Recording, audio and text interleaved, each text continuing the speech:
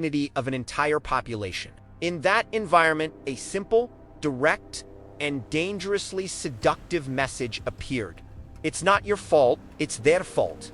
External enemies, internal elites, foreigners, traitors. When life collapses, the human brain looks for a visible culprit, and someone always shows up willing to point the finger. Promises of greatness, national pride, order, identity. It didn't matter if they were lies. What mattered was that they made emotional sense.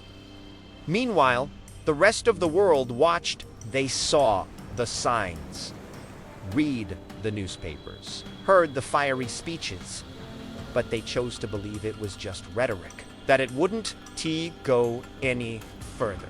After all, no one wanted another war. That was the greatest collective mistake of the 20th century, confusing hope with reality. Moving into the 1930s, the global economy collapsed. The Great Depression wiped out jobs, businesses, and hope. Countries closed borders, protected their own interests, abandoned international cooperation.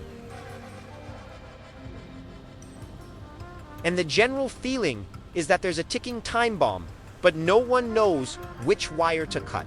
During World War II, propaganda was as powerful a weapon as tanks. Radios broadcast carefully crafted messages. Newspapers chose words with surgical precision. Truth was adjusted to fit the moment. The population was fed narratives that reinforced us versus them. Anyone who questioned it was labeled a traitor. Today, propaganda doesn't need state radios. It lives in your pocket. Fake news spreads faster than facts. Emotion matters more than evidence. And the algorithm doesn't want truth. It wants engagement. Anger engages. Fear engages. Conflict engages. Another terrifying parallel is the normalization of the absurd. Before the war, extreme measures were introduced gradually. First, temporary laws, then necessary restrictions. By the time people realized what was happening, basic rights had already been eroded. The shock was never immediate, it was gradual. And that's exactly how societies collapse without noticing. World War II also showed how fragile alliances can crumble quickly. Countries promised mutual support but hesitated at the critical moment. Every delay cost lives. Every moment of indecision strengthened the aggressor. The world learned, in the cruelest way possible, that neutrality in the face of evil doesn't prevent tragedy.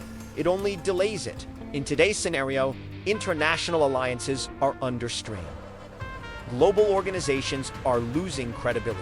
Cooperation gives way to aggressive competition. Each country seeks strategic advantage, whether economic, military, or technological. The arms race, which many swore would never return, is back under new names and new technologies. And then we reach the most sensitive point, the feeling of inevitability. Before 1939, many people sensed something big was coming, yet they continued their lives. They worked, raised children, planned for the future. No one wants to believe they're living on the edge of catastrophe. Humans are experts at denying the unthinkable.